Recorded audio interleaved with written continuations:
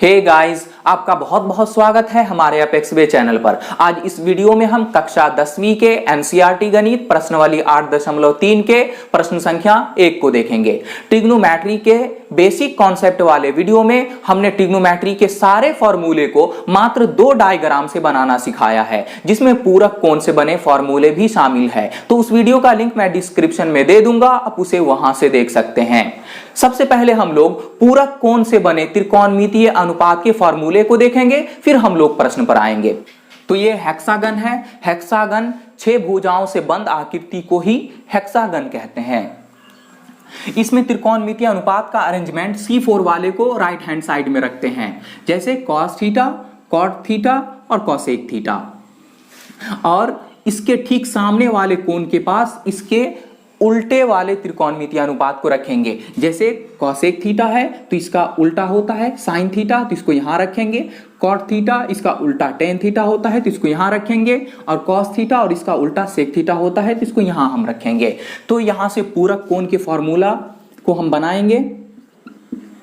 Sign 90 degree minus theta होता है, इसके ठीक सामने वाले को लेना है। साइन के साथ कॉस को लेना है, तो कॉस थीटा होता है। अगर हम कॉस को लेंगे तो इसके साथ साइन आ जाएगा, cos 90 degree minus theta sine theta. अगर हम टेन को लेंगे तो इसके साथ कॉट आएगा।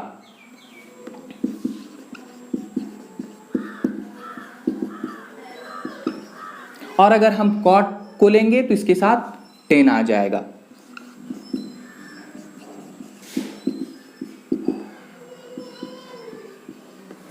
और सेक के साथ कॉसेक आएगा।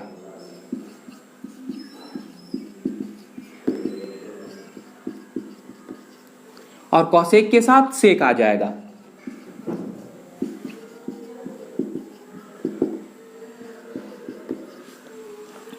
तो ये है पूरक कोण के फॉर्मूले। अब ये जो हमारा 1 नंबर में जो भी प्रश्न है वो पूरक कोण के फॉर्मूले से ही बनेंगे।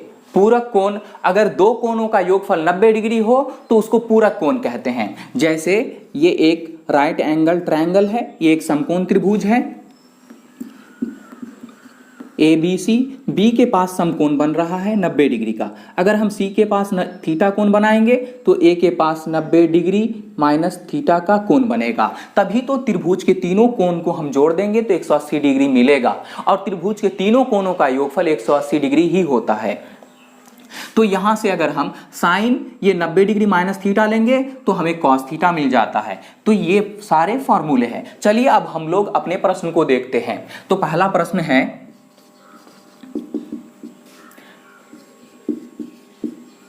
साइन 18 डिग्री बट्टा कॉस 72 डिग्री।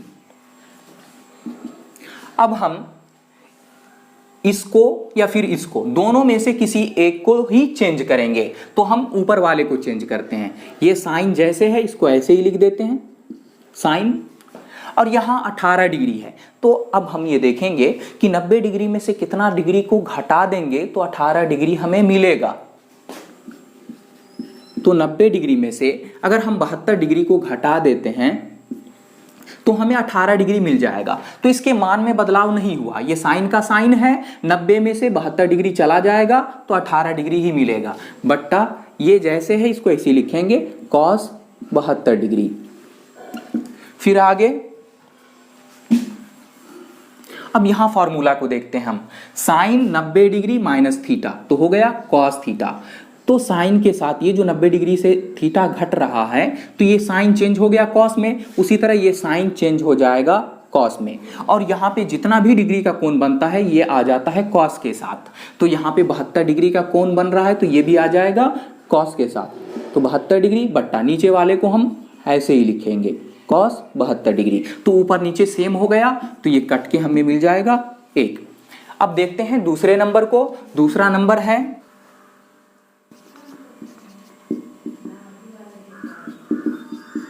दूसरा प्रश्न है tan 26 डिग्री बट्टा कॉट 64 डिग्री। यहां पर हम फिर से वही करेंगे, या तो tan को चेंज कर सकते हैं ऊपर वाले को, या फिर नीचे वाले को चेंज कर सकते हैं, दोनों में से किसी को भी कर सकते हैं। चलिए इस बार हम नीचे वाले को चेंज करते हैं, तो ऊपर वाले को ऐसे ही लिख देंगे tan 26 डिग्री बट्टा, हम ये देखेंगे कि ये कॉट का कॉट तो रहेगा ही, लेकिन 90 डिग्री में से कितना डिग्री घटा देंगे तो हमें 64 डिग्री बचेगा, मिलेगा। तो यहाँ पे 90 डिग्री में से अगर हम 26 डिग्री को घटा देते हैं तो हमें कॉट में 64 डिग्री ही मिलेगा। तो ये कॉट 64 डिग्री है, ये भी कॉट 64 डिग्री ही है। फिर हम आगे बनाएंगे तो tan ये 26 डिग्री ऐसे ही रहेगा बट्टा। अब देखेंगे फॉर्मूला को, कॉट के साथ कौन आ रहा है, तो कॉट के साथ है tan, तो यहाँ पे कॉट है तो यहाँ पे tan हो जाएगा। और जब ये कॉट के साथ tan आया है तो यहाँ पे जितना भी कोण, जितना भी डिग्री का कोण घटता है उसको हम लिख देते हैं यहाँ पे। तो उसी तरह 90 डिग्री में से 26 डिग्री यहाँ घट रहा है तो इसको हम लिखेंगे यहाँ, ऊपर नीचे सेम हो गया तो यहाँ कैंसिल होके आ जाएगा 1। तो चलिए अब देखते हैं 1 के तीसरे नंबर को। तो 1 का तीसरा है cos 48 degree minus sin 42 degree. तो इस दोनों में से फिर से हम किसी एक को ही बदलेंगे, तो हम इसको बदल लेते हैं cos 48 डिग्री को। तो ये cos का cos ही लिखेंगे 90 डिग्री माइनस, तो 90 डिग्री में से अगर हम 42 डिग्री को घटा देते हैं तो हमें cos 48 डिग्री यहां से मिलेगा। तो ये जो cos 48 डिग्री है अभी ये भी वही है, माइनस sin 42 डिग्री। इस टाइप के प्रश्न बोर्ड में ऑब्जेक्टिव में पूछे जाते हैं। तो यहां पर अब हम देखेंगे कि cos 90 डिग्री माइनस 42 डिग्री है, तो cos के साथ फॉर्मूला में क्या आता है, तो cos के साथ sin आता है। तो यहाँ cos है तो यहाँ ये चेंज हो जाएगा sin में, और cos के साथ जब sin आता है तो यहाँ जो भी कोण बना हुआ घटता है उसको हम यहाँ लिखते हैं। तो उसी तरह यहाँ 90 डिग्री में से 42 डिग्री घट रहा है तो इसको हम यहाँ लिख देंगे 42 डिग्री माइनस sin 42 डिग्री। तो sin 42 डिग्री में से sin 42 डिग्री चला जाएगा तो बचेगा 0। अब चलिए देखते हैं 1 के चौथे नंबर को। 1 का चौथा है cosec 31 degree minus sec 59 degree. तो इस दोनों में से हम किसी एक को ही चेंज करेंगे। इस बार हम इसको बदलते हैं, तो ये इसको ऐसे ही लिखेंगे cosec 31 डिग्री माइनस ये sec का sec, और यहां हम ये देखेंगे कि 90 डिग्री में से कितना डिग्री घटा देंगे तो 59 डिग्री मिलेगा। तो अगर हम 90 डिग्री में से 31 डिग्री को घटा देते हैं तो हमें 59 डिग्री मिल जाएगा। फिर आगे cosec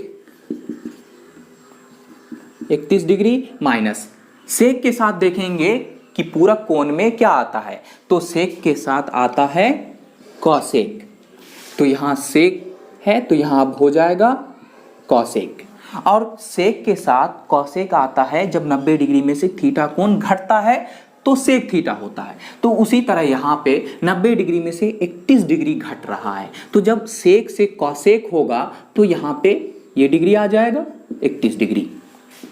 अब ये cosec 31 डिग्री में से cosec 31 डिग्री चला जाएगा तो यहाँ पे बचेगा 0। अब मिलते हैं अगले वीडियो में अगले प्रश्न के साथ। Thank you.